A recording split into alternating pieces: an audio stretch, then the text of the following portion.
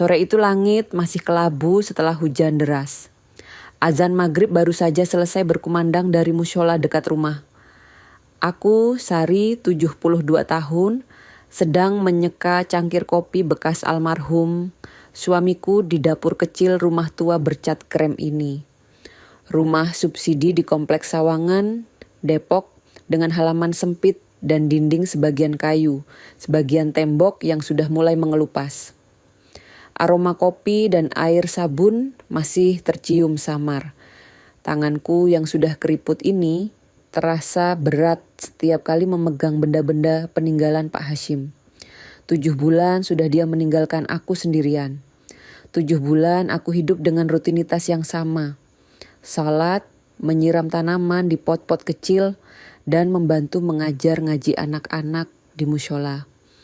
Rendra, anakku satu-satunya yang berusia 43 tahun, sedang duduk di kursi plastik sambil memainkan ponselnya. Di sampingnya, Winda, menantuku yang berusia 38 tahun, mengenakan jilbab rapi dan memegang iPhone model terbaru. Sesekali dia tertawa kecil melihat notifikasi yang masuk. Hubungan kami sudah renggang sejak Rendra menikah dengan Winda. Mereka jarang datang, kecuali kalau ada perlu. Dan sore ini sepertinya ada sesuatu yang ingin mereka bicarakan. Aku mengeringkan tanganku dengan lap dapur yang sudah kusam, lalu bertanya dengan nada hati-hati. Rendra, jam tangan Abah mana ya? Ibu mau bersihin. Rendra mengangkat kepalanya dari ponsel, menatapku dengan ekspresi datar. Udah aku jual kemarin, dapat 6 juta di Pegadaian Bintang Mas. Tanganku yang memegang lap mendadak bergetar. Rasanya seperti ada halilintar yang menyambar dadaku. Jam tangan itu, jam tangan yang selalu dipakai Abah kemana-mana. Jam tangan yang menjadi saksi bisu perjalanan hidup kami selama puluhan tahun. Bunda, jangan berlebihan, tambah Rendra dengan nada enteng, seolah tidak ada yang salah. Itu cuma barang tua, gak kepake, lagian aku butuh buat bayar tiket liburan. Liburan kemana? Tanyaku dengan suara yang hampir tidak terdengar.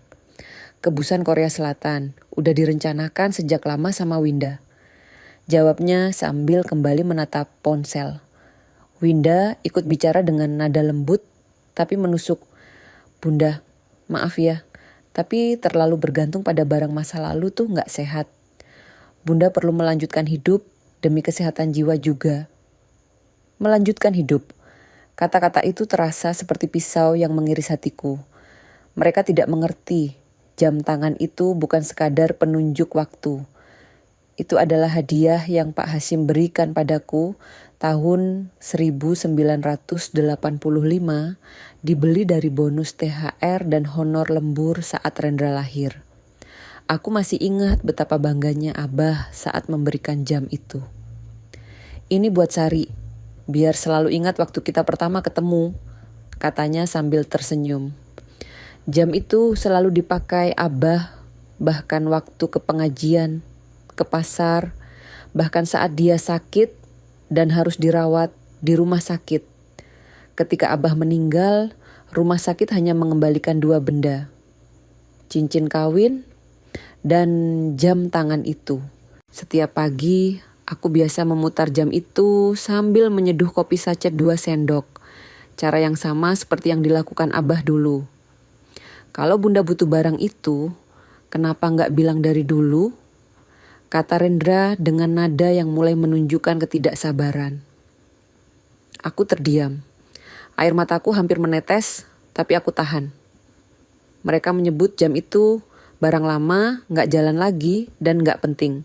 Tapi bagi aku, jam itu adalah jembatan kenangan dengan suami yang sudah tiada. Pegadaian mana? Tanyaku akhirnya. Dengan suara sepelan mungkin. Bintang Mas, di Jalan Kartini, jawab Rendra. Winda menyelipkan komentar sinis. Syukurlah, akhirnya Bunda bisa realistis juga. Kadang kita harus melepas masa lalu demi masa depan kan? Kemudian dia menambahkan dengan nada yang terdengar seperti sedang membanggakan sesuatu. Uang hasil gadai itu cuman buat DP tiket. Sisanya Rendra pakai dari kartu kredit kantor. Ada sesuatu yang tidak beres. Perasaan itu muncul tiba-tiba di dadaku. Mereka terlihat seperti sedang menyingkirkan semua barang peninggalan Pak Hashim satu persatu. Dan cara mereka berbicara seolah sudah merencanakan ini jauh-jauh hari. Setelah mereka pergi, rumah kembali hening. Hanya suara jam dinding yang berdetak pelan di ruang tamu.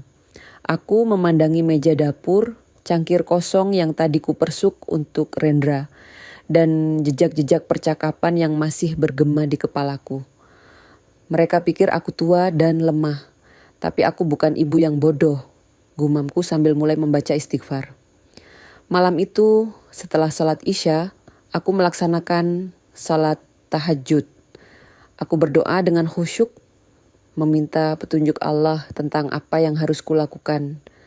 Setelah itu, aku membuka kembali laci-laci lama, mencari berkas, catatan, apapun yang berhubungan dengan jam tangan itu. Di salah satu laci meja Abah, aku menemukan kwitansi pembelian jam tangan itu. Masih tersimpan rapi dalam amplop coklat kecil. Ada juga foto kami berdua saat Abah pertama kali memakainya. Hatiku semakin sakit melihat betapa bahagianya kami dulu. Besok pagi, aku akan naik angkot ke Pegadaian Bintang Mas. Sendirian, dengan tekad bulat, kalau memang jam itu sudah dijual, aku ingin tahu siapa yang membelinya. Dan mungkin dengan sedikit keberuntungan, aku bisa mendapatkannya kembali. Aku tidak tahu apa yang akan kutemukan di sana. Yang pasti, aku tidak akan membiarkan kenangan terakhir dengan Abah hilang begitu saja tanpa perlawanan. Pagi itu aku bangun lebih awal dari biasanya. Subuh baru saja lewat, tapi hatiku sudah tidak tenang. Setelah salat dan minum kopi sachet seperti biasa, aku bersiap-siap untuk pergi ke Pegadaian Bintang Mas. Naik angkot dari Sawangan ke Jalan Kartini memang agak jauh, tapi tekadku sudah bulat. Pegadaian Bintang Mas ternyata lebih kecil dari yang kubayangkan. Toko sempit dengan lampu neon yang agak suram. Barang-barang elektronik dan perhiasan bercampur aduk di balik kaca tebal. Di pojok ruangan ada papan kayu bertuliskan, "Tidak menerima pengembalian barang," dengan cat merah yang sudah mulai pudar. Seorang pria berusia sekitar 50 tahun dengan tato di tangan dan suara serak menyapaku dari balik meja. "Ada yang bisa dibantu, Bu?" "Saya Sari. Kemarin anak saya, Rendra, menjual jam tangan di sini. Saya ingin menanyakan tentang jam itu," kataku sambil berusaha menjaga suara tetap tenang. Pria itu, yang kemudian memperkenalkan diri sebagai Bang Ujang, langsung mengangguk. "Ah, iya. Mas Rendra udah bilang ibu mungkin kesini. Jam itu udah dijual, Bu. Laku pagi tadi, pembeli bayar tunai, katanya dia kolektor." Hatiku langsung hancur. Terlambat. Jam tangan terakhir peninggalan Abah sudah berpindah tangan ke orang asing. Aku hampir berbalik untuk pulang. Tapi Bang Ujang tiba-tiba berkata lagi, "Tapi sebelum ibu pergi, ada yang perlu ibu tahu. Pas kami bersihin jamnya sebelum dijual, kami nemu sesuatu aneh di dalamnya." Aku menoleh dengan penasaran. "Aneh bagaimana?" Bang Ujang mengeluarkan amplop coklat kecil dari laci mejanya. Kompartemen rahasia. Bener-bener kerjaan tukang emas. Kami hampir gak sadar kalau gak ada yang longgar waktu bersihin. Dari amplop itu, dia mengeluarkan sebuah kertas kuning tua yang sudah agak lusuh. Tanganku bergetar saat menerimanya. Tulisan tangan Pak Hashim yang sudah kukenal bertahun-tahun tertera jelas di sana. 17 Juni 1961 hari, aku tahu aku akan menjaga Sari selamanya. 17 Juni 1961. Hari pertama kami bertemu di kantor cabang Bank Mandiri. Ketika Abah masih menjadi nasabah baru dan aku masih pegawai muda di bagian customer service. Hari yang mengubah hidupku selamanya. Di bawah tulisan itu Ada kode yang tidak kupahami. SV3089MJ1761RS. Ibu tahu artinya? Tanya Bang Ujang. Aku menggeleng sambil terus memandangi kertas itu. Tidak, saya tidak pernah tahu ada bagian tersembunyi di jam itu, apalagi pesan seperti ini. Bang Ujang menceritakan lebih detail tentang pembeli jam itu. Pembelinya nggak kasih identitas jelas. Tapi waktu saya bilang kami nemu kertas ini, dia langsung serius. Nanya banyak hal, kayak dia udah tahu ada sesuatu di dalam jam itu. Dia bilang apa? Tanyaku dengan penasaran. Dia tanya, ada jam lain kayak gini masuk ke sini minggu ini?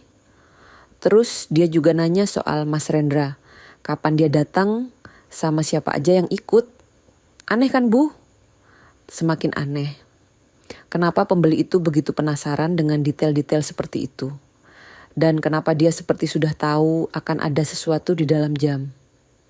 Sepulang dari Pegadaian, aku langsung membongkar laci-laci lama di kamar Pak Hashim yang selama ini kubiarkan tertutup. Debu berterbangan saat kubuka lemari pakaiannya. Aku mencari apakah kode yang kutemukan pernah muncul di dokumen-dokumen Abah. Di antara tumpukan surat-surat lama, aku menemukan buku kecil dengan sampul hijau tua.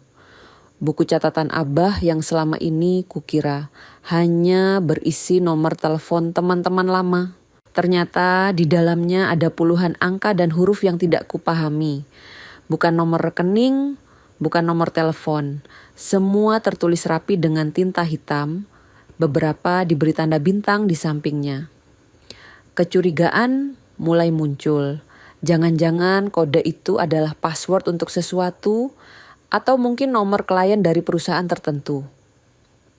Malam harinya Rendra meneleponku. Suaranya terdengar agak tergesa-gesa. Bun, jangan ke Pegadaian lagi ya. Winda bilang tadi Bunda bikin malu. Ngapain juga nyari barang udah dijual. Anak ibu, jam itu menyimpan pesan dari Abah. Ada tulisan tangannya di dalamnya, kataku sambil memegang kertas kuning itu erat-erat. Tiba-tiba nada suara Rendra berubah. Dia jadi gugup dan mulai menanyakan detail. Pesan apa? Tulisan apa yang Bunda maksud? Ada tanggal 17 Juni 1961 dan kode aneh. SV3089MJ1761RS. Hening sejenak. Terlalu lama untuk sekadar kebingungan biasa. Bun, mungkin itu cuma coretan lama. Jangan terlalu dipikirkan. Bunda istirahat aja ya.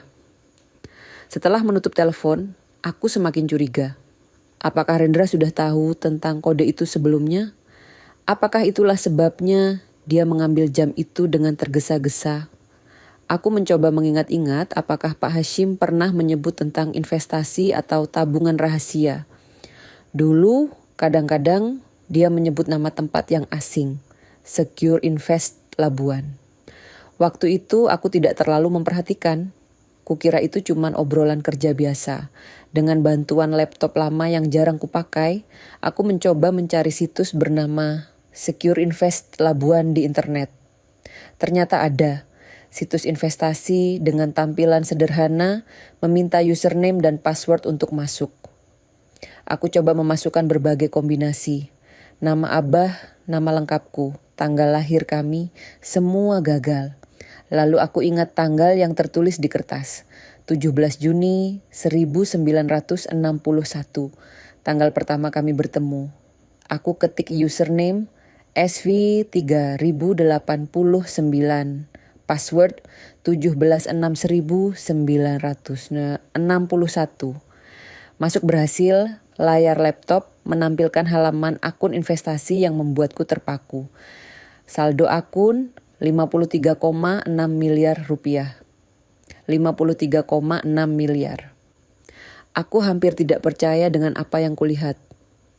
Pak Hashim, suamiku yang sederhana itu, ternyata memiliki akun investasi dengan nominal yang fantastis. Akun ini aktif sejak tahun 1986. Ada catatan transaksi kecil-kecilan selama puluhan tahun, Tapi yang membuatku semakin bingung, 1 bulan sebelum Pak Hasyim wafat, ada transaksi penarikan tunai yang sangat besar, 2,5 miliar rupiah. Ditandai dengan keterangan, likuidasi darurat properti 38. Properti 38, apa maksudnya? Aku terus menjelajahi akun itu dan menemukan folder dengan nama catatan investor. Di dalamnya ada berbagai dokumen, tetapi satu folder menarik perhatianku. Untuk Sari jika aku pergi sebelum siap. Jantungku berdebar kencang saat mengklik folder itu. Di dalamnya ada sebuah file video berformat MP4. Tanganku gemetar saat mengklik play. Wajah Pak Hasyim muncul di layar. Dia duduk di ruang kerja kecilnya dengan latar belakang rak buku yang sudah kukenal. Matanya terlihat serius dan ada kekhawatiran yang terpancar dari wajahnya. Video ini direkam hanya 3 minggu sebelum dia meninggal. Assalamualaikum Sari sayang, suaranya terdengar agak lemah tapi tegas. Jika kamu nonton ini, berarti aku gak sempat kasih tahu semuanya. Tapi kamu harus tahu, Rendra bukan lagi anak yang kau pikirkan. Kata-kata itu menghantam dadaku seperti palu. Abah tahu sesuatu tentang Rendra, sesuatu yang buruk, dan dia meninggal sebelum sempat memberitahuku. Di video itu, Pak Hasyim melanjutkan dengan nada yang semakin serius. Sari, kamu harus berhati-hati. Ada hal-hal yang sudah aku persiapkan untuk melindungimu. Kalau ada yang mencoba menyakitimu atau mengambil hakmu, kamu punya senjata untuk melawan. Semuanya ada di akun ini. Video terhenti di situ karena filenya terkorupsi. Aku mencoba memutar ulang, tapi bagian selanjutnya tidak bisa diakses. Tapi yang sudah kudengar cukup untuk membuatku sadar bahwa ada bahaya yang mengintai. Dan bahaya itu mungkin datang dari anakku sendiri. Malam itu aku tidak bisa tidur. Pikiran terus berputar tentang uang puluhan miliar, pesan tersembunyi, dan peringatan Pak Hasyim tentang Rendra. Kenapa Abah tidak pernah menceritakan ini padaku? Dan apa yang sebenarnya direncanakan Rendra? Besok aku harus mencari tahu lebih banyak. Aku harus memahami apa yang dimaksud dengan properti 38 dan kenapa Abah menarik uang sebesar itu sebelum meninggal. Yang pasti, jam tangan itu bukan sekadar barang antik biasa. Itu adalah kunci untuk membuka misteri yang jauh lebih besar dari yang pernah kubayangkan. Pagi itu aku terbangun dengan perasaan gelisah yang tidak bisa dijelaskan. Video Pak Hasyim terus berputar di kepalaku. Kata-katanya tentang Rendra yang bukan lagi anak yang kupikirkan, membuat dadaku sesak. Setelah salat subuh, aku kembali membuka laptop dan menelusuri akun investasi itu lebih dalam. Yang membuatku penasaran adalah catatan likuidasi darurat properti 38 senilai 2,5 miliar rupiah. Properti apa yang dimaksud dan kenapa Abah menarik uang sebesar itu sebulan sebelum meninggal? Aku mulai membuka kembali lemari arsip Pak Hasyim yang sudah tertutup debu berbulan-bulan. Di antara tumpukan dokumen, aku menemukan map biru tua dengan tulisan asuransi alternatif. Isinya bukan polis asuransi biasa, tapi daftar properti yang dimiliki Abah selama 20 tahun terakhir. Rumah di Tanah Abang dibeli tahun 2001. Ruko di Cibubur dibeli tahun 2003. Tanah di Bogor dibeli tahun 2005. Dan masih banyak lagi. Total ada 23 properti yang tidak pernah ku ketahui sebelumnya. Bagaimana mungkin Abah menyembunyikan ini dariku selama bertahun-tahun? Di setiap dokumen ada cap jual dengan tanggal yang berbeda-beda. 5 properti terakhir dijual dalam rentang waktu 6 bulan sebelum Abah meninggal. Semuanya dijual dengan harga di atas pasaran. Dan yang mengejutkan, pembelinya adalah perusahaan yang sama. PT Sulaiman Investama. Nama Sulaiman Bukankah itu marga keluarga kami? Aku tidak bisa menyelesaikan ini sendirian.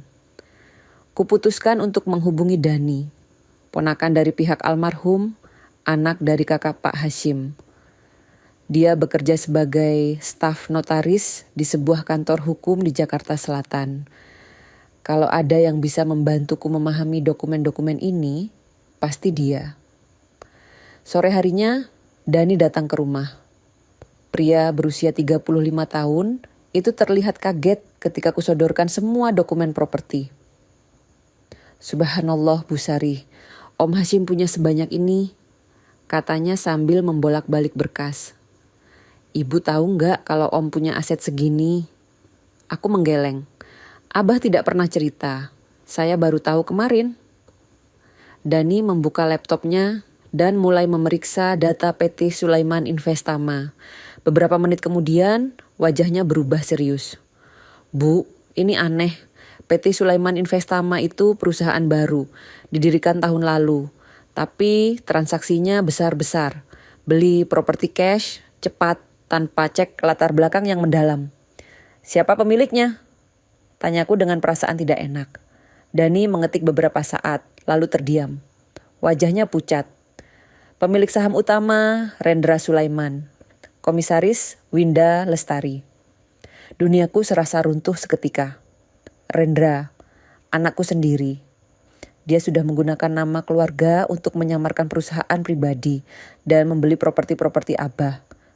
Tapi bagaimana bisa dan kenapa Abah menjual semuanya pada Rendra? Ada lagi Bu, lanjut Dani dengan suara pelan. Kantor mereka terdaftar di gedung ruko mewah di daerah TB Simatupang. Tapi menurut data ini, kantor itu selalu tertutup, seperti perusahaan fiktif. Nama Sulaiman yang digunakan seolah-olah untuk membuat kesan perusahaan keluarga besar. Padahal itu hanya kedok untuk menyembunyikan identitas sebenarnya. Malam itu aku tidak bisa tidur. Aku terus membongkar laci-laci lama, mencari apakah ada bukti lain tentang hubungan Abah dengan Rendra dalam urusan properti ini. Dan aku menemukannya. Di laci paling bawah meja kerja Pak Hashim, ada amplop tersegel dengan tulisan tangan. Hanya dibuka jika ada tanda-tanda bahaya. Tanganku gemetar saat membukanya. Di dalamnya ada laporan dari seseorang bernama Taufik Chen, seorang detektif swasta pensiunan polisi. Laporan ini tertanggal 7 bulan sebelum Abah meninggal. Isinya membuat darahku naik ke kepala. Subjek, Rendra Sulaiman terlibat utang judi online di 2 platform luar negeri dengan total kerugian mencapai 400 juta rupiah. Subjek telah memalsukan laporan keuangan saat mengajukan pinjaman modal dari koperasi sebesar 250 juta rupiah. Subjek telah menemui 3 pengacara berbeda untuk menanyakan cara memindahkan kuasa aset orang tua lansia. Subjek mengaku bahwa ibunya sudah sering lupa, suka ngomong sendiri, dan berencana merawat di panti lansia agar bisa mengelola aset keluarga. Aku harus duduk karena kakiku lemas. Rendra sudah merencanakan ini sejak lama. Dia sudah mempersiapkan narasi bahwa aku sudah pikun agar dia bisa mengambil alih semua aset. Dan Abah tahu semuanya. Laporan itu dilanjutkan dengan temuan yang lebih mengejutkan. Subjek dan istrinya telah menyiapkan dokumen-dokumen untuk pemindahan aset, termasuk surat kuasa palsu atas nama Sari Wibowo. Surat kuasa palsu dengan namaku? Aku langsung mengecek dokumen-dokumen penjualan properti yang kutemukan tadi. Benar saja, di salah satu akta jual beli rumah lama di Tanjung Priok, ada tanda tangan yang mengatasnamakan aku sebagai kuasa penjual.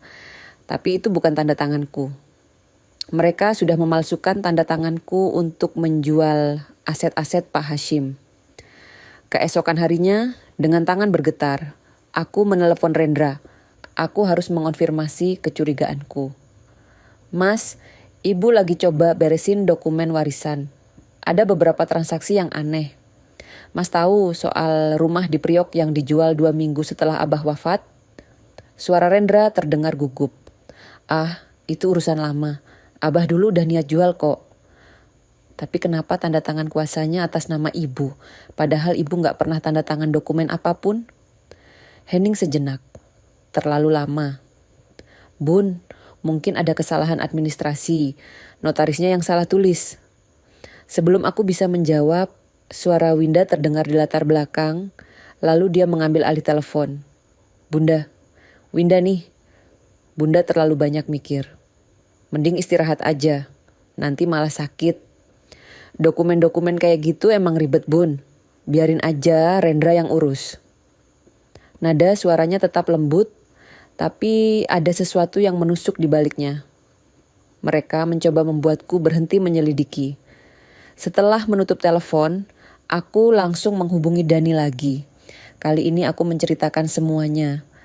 Laporan detektif, tanda tangan palsu, dan kecurigaanku tentang rencana besar mereka. Bu Sari, ini sudah masuk kategori penipuan dan pemalsuan dokumen. Kita harus laporkan ke polisi, kata Dani dengan serius. Tapi dia anakku sendiri Dan. Bagaimana bisa aku laporkan anakku ke polisi? Bu, anak atau bukan, yang namanya kejahatan tetap kejahatan. Lagian, kalau dibiarkan, siapa tahu mereka punya rencana yang lebih jahat lagi. Malam itu, saat aku sedang membaca laporan detektif untuk kesekian kalinya, laptop tiba-tiba mengeluarkan suara notifikasi email.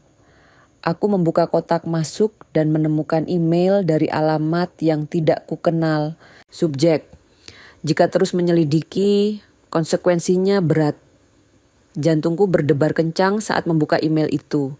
Di dalamnya ada foto-foto diriku yang diambil tanpa sepengetahuanku.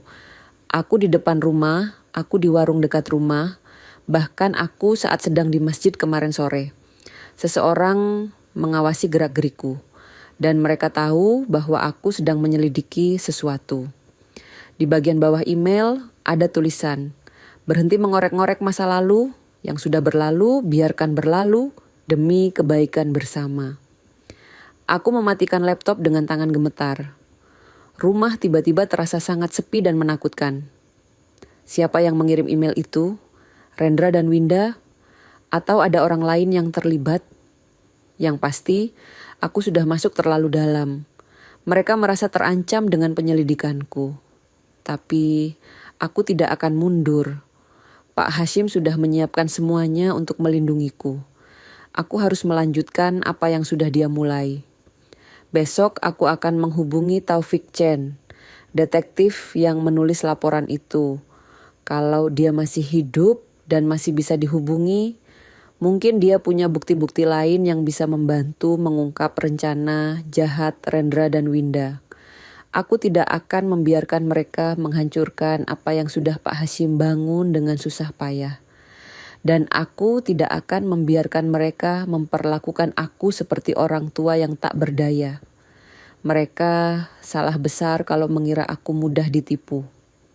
Pagi itu aku sedang menyiram tanaman kecil di teras ketika dua orang berpakaian formal mengetuk pintu rumahku. Seorang wanita berusia sekitar 40 tahun dengan blazer hitam rapi dan seorang pria dengan kemeja putih dan dasi biru tua. Keduanya membawa map tebal dan tablet, tersenyum ramah tapi ada sesuatu yang tidak wajar dari cara mereka menatapku. Selamat pagi Bu Sari, saya Catherine dari Firma Wibawa dan rekan, kata wanita itu sambil menyodorkan kartu nama. Dan ini rekan saya, David, kami di sini atas permintaan Mas Rendra untuk membantu Ibu. Hatiku langsung curiga. Kenapa tiba-tiba Rendra mengirim pengacara ke rumah? Membantu apa? Tanyaku sambil tetap berdiri di depan pintu, tidak mengundang mereka masuk. Catherine tersenyum lembut, terlalu lembut. Kami di sini untuk bantu Bunda membuat proses transisi keuangan jadi lebih ringan. Mas Rendra sangat khawatir dengan kondisi Bunda akhir-akhir ini. Kondisi saya baik-baik saja, jawabku tegas.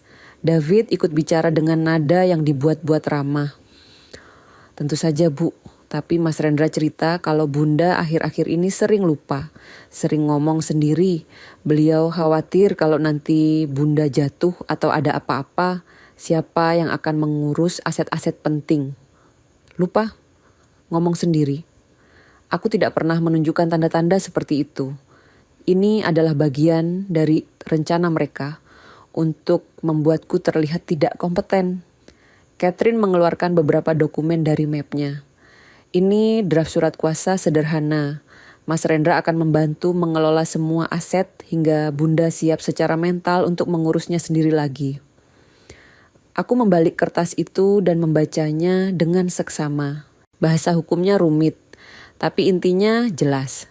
Kalau aku menandatangani ini, Rendra akan punya kuasa penuh atas semua harta kekayaanku, termasuk akun investasi yang baru kutemukan.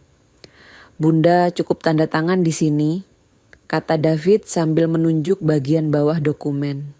Setelah itu, Bunda tidak perlu pusing lagi dengan urusan rumit.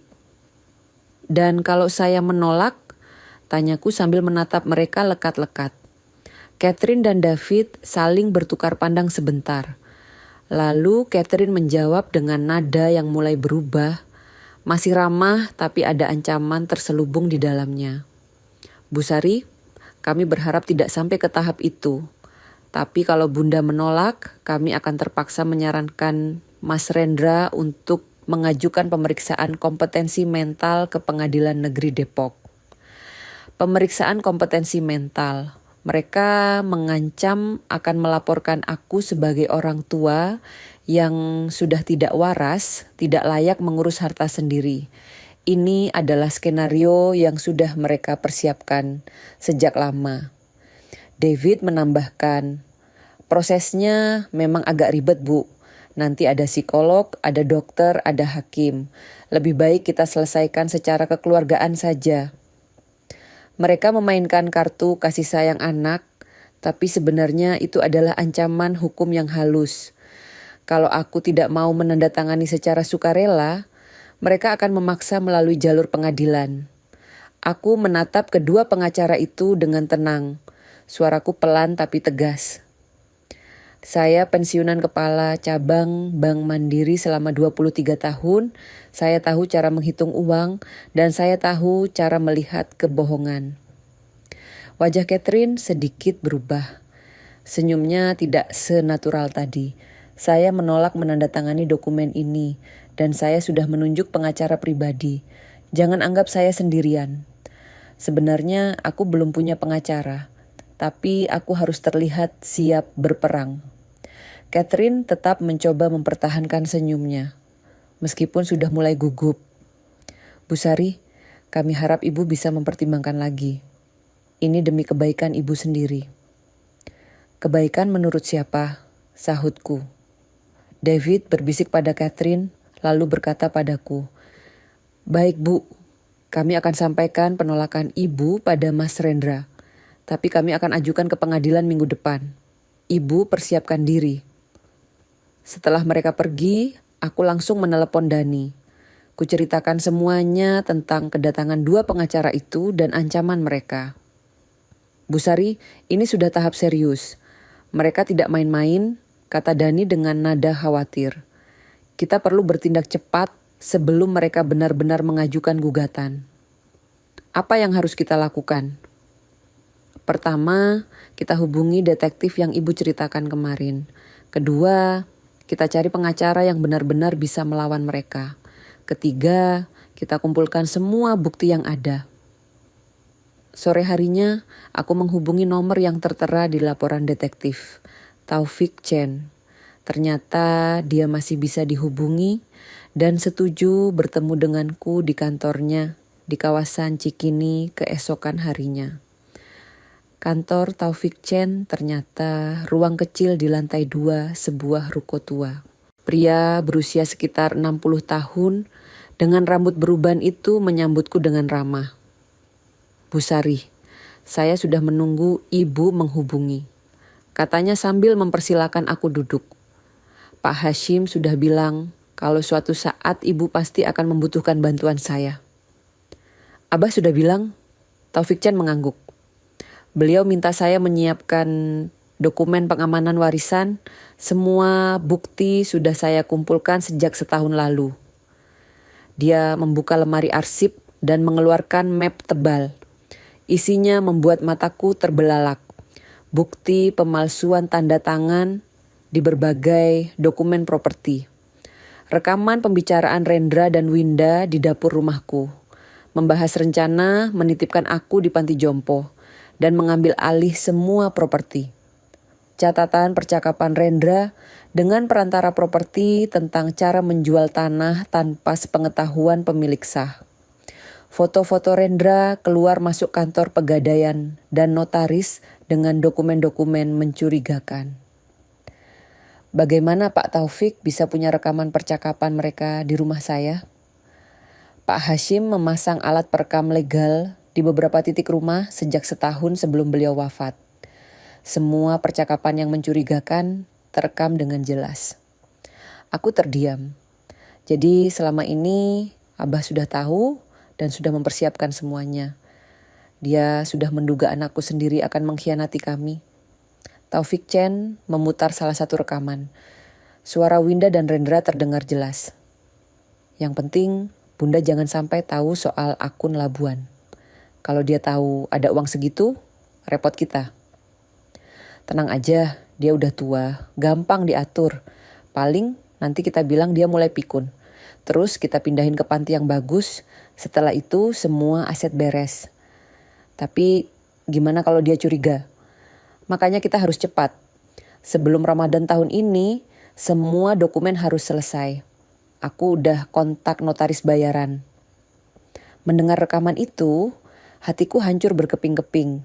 Anak yang sudah kubu besarkan dengan susah payah, yang kulihatkan sampai sarjana, yang sudah kubantu dalam segala hal, ternyata merencanakan untuk menyingkirkan aku dari rumahku sendiri. Bu Sari, kalau Ibu setuju, saya bisa mulai proses hukum dan serahkan semua bukti ini ke kejaksaan, kata Taufik Chen. Apa risikonya bagi Rendra? Dengan bukti-bukti ini, dia bisa dijerat pasal penipuan, pemalsuan dokumen, dan penggelapan. Hukumannya bisa sampai 5 tahun penjara. 5 tahun penjara. Anakku bisa masuk penjara karena ulahnya sendiri. Tapi apa yang bisa kulakukan? Dia sudah memilih jalan ini. Malam itu, aku kembali membuka laptop dan memutar video Pak Hashim yang sempat tertunda kemarin. Kali ini filenya bisa dibuka sempurna. Wajah suamiku muncul di layar, duduk di kantor kecilnya dengan wajah yang lelah tapi mata yang penuh tekad. Sari sayang, kalau kamu nonton ini berarti aku gagal melindungimu secara langsung. Tapi aku sudah jaga kamu dari jauh. Dia menjelaskan bahwa uang di akun Labuan bukan sekadar hasil kerja keras biasa, melainkan hasil investasi yang mengikuti pola pergerakan Rendra secara diam-diam. Setiap kali dia sombong cerita info dalam tentang proyek properti, aku ikut beli di lokasi yang sama, tapi atas nama orang lain. Dia tidak tahu kalau aku memanfaatkan kesombongannya. Pak Hashim tahu Rendra tidak layak diberi warisan secara langsung, tapi tidak ingin keluarga hancur. Makanya dia menciptakan sistem perlindungan yang bisa melindungiku jika terjadi pengkhianatan. Sari, kalau Rendra atau siapapun mencoba mencabut hakmu secara hukum, aku sudah siapkan senjata untuk melawan. Semua properti atas nama PT Sulaiman Investama akan disita dan disumbangkan ke Yayasan Kesejahteraan Anak dan Janda Indonesia atas nama Rendra Sulaiman. Suamiku sudah menyiapkan jerat. Kalau Rendra berani menyerangku, dia akan terjebak dalam perangkap yang sudah disiapkan jauh-jauh hari. Dan satu lagi, Sari, di kompartemen kedua jam tangan itu ada flash disk berisi semua bukti utang, rekaman, dan dokumen palsu yang dia buat. Flash disk itu sekarang ada pada Taufik Chen. Jadi Pak Hashim sudah memperhitungkan semuanya, termasuk kemungkinan jam tangan itu dijual. Dia tahu aku akan mencari dan akhirnya bertemu dengan Taufik Chen. Keesokan harinya, handphone berdering. Pesan suara dari Winda. Bunda, kita bisa selesaikan ini baik-baik. Kemarin Catherine bilang, Bunda nolak tanda tangan. Jangan diperpanjang ya Bun. Rendra tuh stres banget. Kasihan dia, kerja keras buat keluarga malah dituduh macam-macam. Mereka masih mencoba jalur halus. Tapi aku sudah tahu semua rencana mereka. Malamnya ada yang mencoret-coret pagar rumahku dengan cat merah. Tulisannya, orang tua gila jangan seret anak sendiri. Mereka mulai menggunakan cara kotor. Tapi aku tidak takut. Aku sudah memasang CCTV kecil dan menyimpan semua dokumen penting di brankas di mushola dekat rumah. Besok aku akan bertemu dengan pengacara yang direkomendasikan Taufik Chen. Bukartini Iskandar, pengacara senior yang dulu sering berurusan dengan bank tempatku bekerja. Perang sudah dimulai dan kali ini aku tidak akan kalah. Pagi itu aku bangun dengan perasaan yang berbeda. Setelah bertemu dengan Taufik Chen dan melihat semua bukti yang disiapkan Pak Hashim, aku merasa seperti mendapat kekuatan baru. Suamiku telah menyiapkan segalanya, bahkan ketika dia sudah tidak bisa melindungiku secara langsung. Aku memutuskan untuk memutar ulang video terakhir Pak Hashim, yang kemarin sempat terpotong. Kali ini aku menyimak setiap kata dengan seksama. Sari sayang, kalau Rendra menyerang kamu, biar dia sendiri yang menanggung semua akibatnya. Kamu cukup selamat. Pak Hashim menjelaskan bahwa uang 53,6 miliar rupiah yang terkumpul itu bukan sekadar hasil kerja keras. Dia memanfaatkan informasi yang tanpa sadar diberikan Rendra tentang proyek-proyek properti. Setiap kali dia sombong cerita tentang info dalam, aku pura-pura tidak paham, tapi diam-diam mencatat semua lokasi. Aku beli rumah-rumah di tempat strategis atas nama teman-teman lama, lalu jual ketika harga naik. Hasilnya aku alihkan ke akun Labuan. Total akumulasi selama 24 tahun. Pak Hashim sabar mengumpulkan dana, mengantisipasi hari ketika anaknya sendiri mungkin akan mengkhianati kami. Tapi yang paling penting Sari, aku sudah tanda tangani surat pengalihan aset bersyarat. Kalau Rendra atau siapapun mencoba mencabut hakmu secara hukum, seluruh properti atas nama PT Sulaiman Investama akan disita dan disumbangkan ke Yayasan Kesejahteraan Anak dan Janda Indonesia atas nama Rendra Sulaiman. Pak Hashim sudah menyiapkan jerat yang sempurna. Kalau Rendra menyerang, dia akan kehilangan segalanya. Dan flash disk yang berisi semua bukti utang, rekaman dan akta palsu sudah kusimpan di kompartemen kedua jam tangan. Taufik tahu di mana harus mencarinya. Jadi suamiku sudah memperhitungkan bahwa jam tangan itu akan dijual dan aku akan bertemu dengan Taufik Chen untuk mendapatkan bukti-bukti itu. Siang itu aku bertemu dengan Bukartini Iskandar di kantornya yang sederhana di kawasan Menteng. Wanita berusia 58 tahun itu adalah pengacara senior yang dulu sering berurusan dengan bank tempatku bekerja. Dia sudah pensiun dari firma besar dan sekarang menangani kasus-kasus pro bono. Sari, saya sudah baca semua dokumen yang dikirim Taufik, katanya sambil membalik-balik berkas. Ini kasus yang sangat serius. Anakmu bisa dijerat beberapa pasal sekaligus. Bukartini menyarankan strategi bertahap. Pertama, segera buat surat kuasa pengacara agar tidak ada yang bisa mengajukan gugatan atas namaku tanpa sepengetahuannya. Kedua, kirim salinan semua bukti ke Kejaksaan Negeri Depok dan Satgas Anti Penipuan Lansia. Ketiga, hubungi Komisi Perlindungan Orang Tua, lembaga non-profit yang siap mendampingi proses hukum. Yang penting, kamu jangan takut. Bukti-buktinya sangat kuat. Mereka yang seharusnya takut, katanya dengan tegas. Sore harinya, situasi mulai memanas. Winda mengirim pesan suara lewat WhatsApp dengan nada yang sudah tidak seramah dulu. Bunda, kami dengar Bunda udah kontak pengacara. Kenapa sih Bun? Kita kan bisa selesaikan ini baik-baik. Jangan diperpanjang ya. Rendra tuh stres banget. Dia gak tidur berhari-hari. Tidak ada lagi kata sayang atau demi kebaikan Bunda. Topeng mereka sudah mulai terlepas. Malam harinya, hal yang kukhawatirkan terjadi. Seseorang mencoret-coret pagar rumahku lagi, kali ini dengan tulisan yang lebih kasar. Orang tua gila, jangan seret anak sendiri, dan dasar ibu tidak tahu diri. Tapi aku sudah tidak takut lagi. Aku memasang CCTV kecil di beberapa titik dan menyimpan semua dokumen penting di brankas di musyola. Kalau mereka ingin bermain kasar, aku siap. Keesokan harinya, Bu Kartini dan aku pergi ke beberapa instansi untuk menyerahkan bukti-bukti. Pertama ke Kejaksaan Negeri Depok, di mana kami bertemu dengan jaksa yang menangani kasus penipuan. Dia terlihat serius setelah melihat rekaman percakapan dan dokumen palsu. Bu Sari, ini termasuk tindak pidana berat. Kami akan segera proses untuk penyelidikan, katanya. Kedua, kami pergi ke Dinas Catatan Sipil untuk memvalidasi bahwa tanda tangan di dokumen-dokumen properti memang palsu. Petugas di sana mengonfirmasi bahwa ada perbedaan signifikan antara tanda tangan asli dengan yang ada di akta jual beli. Ketiga, kami ke kantor pajak untuk melaporkan transaksi fiktif yang dilakukan PT Sulaiman Investama.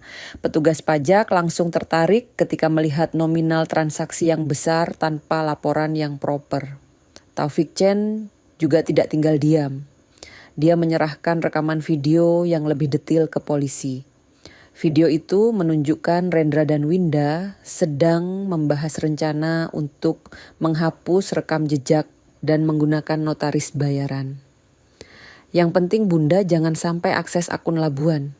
Kalau dia tahu ada uang 50 miliar, repot kita. Tenang aja, aku udah kontak notaris yang bisa diatur. Biayanya mahal, tapi dia bisa bikin dokumen apapun yang kita mau. Gimana kalau dia nolak dipindah ke panti? Makanya kita bilang dia udah pikun. Aku udah punya saksi palsu yang mau bilang dia sering ngomong sendiri dan lupa-lupa.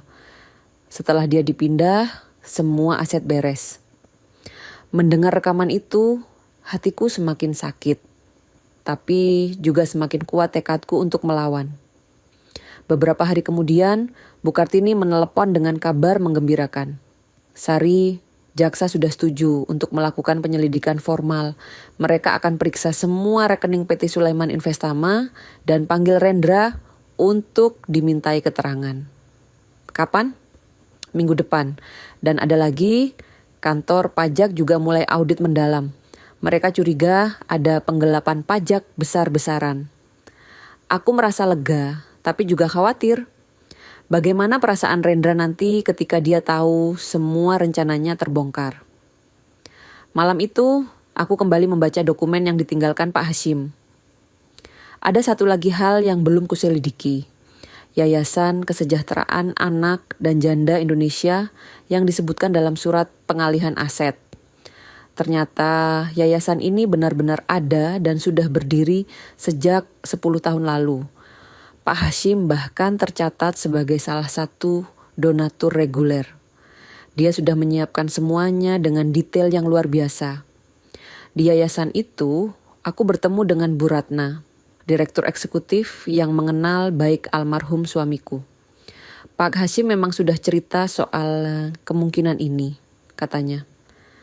Beliau bilang kalau suatu saat ada aset yang harus dialihkan atas namanya, yayasan harus siap menerimanya. Aset sebesar apa? Beliau perkirakan sekitar 15 miliar rupiah dari properti-properti.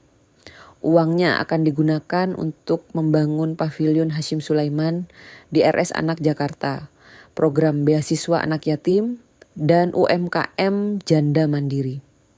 Pak Hashim sudah merencanakan bahkan untuk hal-hal detail seperti ini. Kalau Rendra berani menyerangku, hartanya akan digunakan untuk membantu orang-orang yang membutuhkan. Hari Jumat pagi, Aku sedang menyapu teras ketika melihat 3 mobil Fortuner hitam berhenti di depan rumah Rendra. Hatiku berdebar kencang. Ini dia saatnya. Dari mobil-mobil itu keluar petugas-petugas berseragam dengan map dan kotak-kotak dokumen. Ada tulisan Kejaksaan Negeri, Satgas Anti Fraud, dan Bea Cukai di rompi mereka. Winda keluar dari rumah sambil berteriak. Ini fitnah, kami nggak salah apa-apa. Rendra cuma bantu ibunya yang udah pikun. Tapi para petugas sudah mulai menyegel komputer, lemari dokumen, dan membawa pergi beberapa kotak berkas. Mereka juga membawa kunci mobil Alphard dan Fortuner yang parkir di garasi. Rendra terlihat keluar dengan wajah pucat dan tangan diborgol. Matanya menatap ke arah rumahku dengan pandangan yang sulit diartikan. Campuran marah, kecewa, dan mungkin sedikit menyesal. Aku berdiri di balik tirai jendela, menatap anak yang sudah kulahirkan dan kubesarkan dengan susah payah. Anak yang sekarang harus menanggung akibat dari pilihan-pilihannya sendiri. Bunda tolong, aku gak siap, anak-anakku, kantor, semuanya lenyap. Teriak Winda sambil menangis histeris. Tapi sudah terlambat. Jerat yang disiapkan Pak Hashim sudah menutup. Dan kali ini tidak ada jalan keluar bagi mereka. Perang terbuka sudah dimulai. Dan seperti yang direncanakan almarhum suamiku, kami yang akan menang. Seminggu setelah penangkapan Rendra, kehidupanku benar-benar berubah.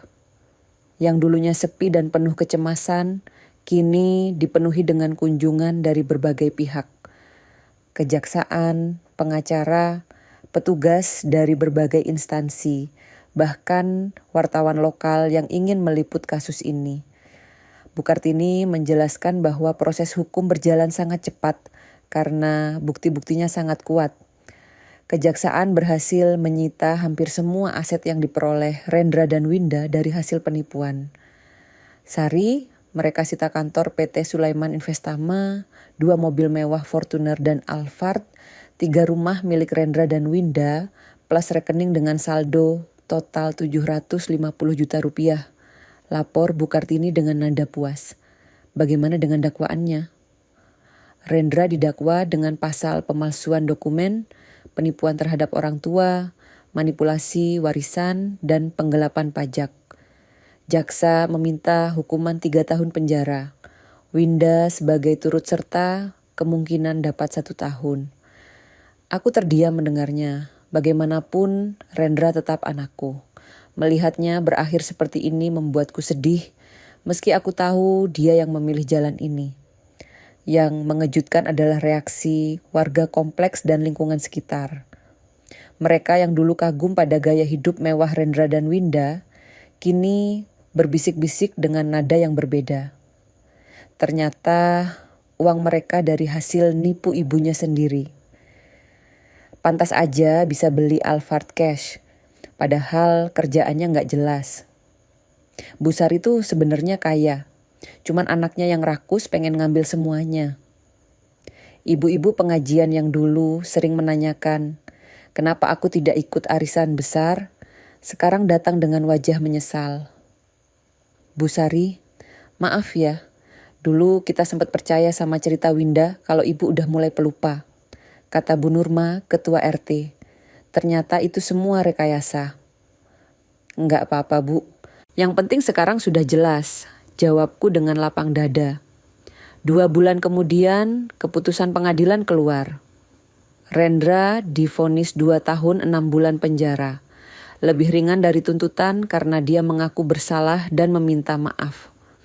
Winda mendapat 11 bulan penjara dengan status tahanan kota. Artinya dia bisa pulang malam tapi harus lapor rutin ke pengadilan. PT Sulaiman Investama resmi dibubarkan. Seluruh aset perusahaan seperti yang sudah dirancang Pak Hashim dialihkan ke Yayasan Kesejahteraan Anak dan Janda Indonesia. Dana senilai 53,6 miliar rupiah dari akun Labuan. Juga diserahkan untuk berbagai program sosial. Bu Ratna dari yayasan datang untuk memberikan laporan penggunaan dana. Bu Sari, sesuai wasiat Pak Hashim, dana ini akan dibagi untuk 3 program utama. Jelasnya sambil memperlihatkan proposal. Pertama, pembangunan Paviliun Hashim Sulaiman di RS Anak Jakarta senilai 20 miliar. Kedua, program beasiswa untuk anak yatim duafa senilai 15 miliar. Ketiga, modal UMKM untuk janda mandiri senilai 18,6 miliar. Mendengar nama Pak Hashim akan diabadikan dalam bentuk paviliun rumah sakit membuat mataku berkaca-kaca. Suamiku akan dikenang melalui kebaikan yang membantu banyak orang. Ada permintaan khusus dari Pak Hashim, tambah Bu Ratna. Beliau minta kalau Bu Sari bersedia, namanya juga dicantumkan sebagai co-founder yayasan. Aku mengangguk. Ini adalah cara terbaik untuk melanjutkan cita-cita mulia Pak Hashim. 6 bulan kemudian, dengan bantuan dana dari penjualan rumah lama, aku pindah ke rumah sederhana di pinggiran Bogor. Rumah kecil dengan taman yang luas, dekat dengan danau dan hamparan sawah. Udaranya sejuk, jauh dari hiruk-pikuk kota dan kenangan pahit di Sawangan. Setiap hari aku bangun dengan perasaan tenang. Tidak ada lagi kecemasan tentang siapa yang akan datang dengan niat jahat. Tidak ada lagi rasa takut bahwa seseorang akan mengambil apa yang bukan haknya. Rutinku sekarang jauh lebih bermakna. Setiap Selasa dan Jumat, aku mengajar ngaji untuk anak-anak di musola desa. Mereka antusias belajar dan aku senang bisa berbagi ilmu. Setiap minggu, aku membantu kegiatan UMKM Janda Mandiri yang didanai dari yayasan. Kami membuat kue, menjahit, dan berbagai kerajinan yang bisa dijual untuk menambah penghasilan. Yang paling membuatku bahagia adalah proyek buku memoir yang kutulis bersama seorang penulis muda bernama Mas Andi. Judulnya, Lindungi Dirimu Meski Dari Keluargamu Sendiri. Buku ini menceritakan pengalamanku dan memberikan tips untuk orang tua lanjut usia agar tidak mudah ditipu, bahkan oleh anak kandung sendiri. Bu Sari, cerita ibu ini penting banget untuk dibagikan, kata Mas Andi suatu sore saat kami sedang menyelesaikan bab terakhir. Banyak lansia yang mengalami hal serupa, tapi tidak tahu harus berbuat apa. Harapan saya tidak ada lagi orang tua yang mengalami pengkhianatan seperti ini, jawabku sambil menyunting naskah. Setahun kemudian, Paviliun Hashim Sulaiman di RS Anak Jakarta diresmikan. Aku datang ke acara peresmian dengan perasaan bangga dan haru. Di plakat marmer yang terpasang di pintu masuk tertulis, Paviliun Hashim Sulaiman dibangun oleh cinta yang tidak pernah tidur, untuk anak-anak yang membutuhkan harapan. Direktur rumah sakit menyampaikan bahwa paviliun ini akan melayani anak-anak dari keluarga tidak mampu secara gratis. Ada 25 tempat tidur dengan fasilitas lengkap, ruang bermain, dan perpustakaan kecil. Pak Hashim dan Bu Sari telah memberikan hadiah terbesar untuk anak-anak Jakarta, kata direktur dalam pidatonya. Aku tidak sendiri di acara itu. Dani datang dengan keluarganya, Bu Kartini, Taufik Chen, dan beberapa teman lama dari bank. Mereka semua bangga dengan apa yang berhasil kucapai. Yang mengejutkan adalah kedatangan Nadia, anak sulung Rendra yang berusia 23 tahun. Dia datang dengan mata sembab membawa adik-adiknya, Arya yang berusia 19 tahun, dan Dina yang berusia 16 tahun.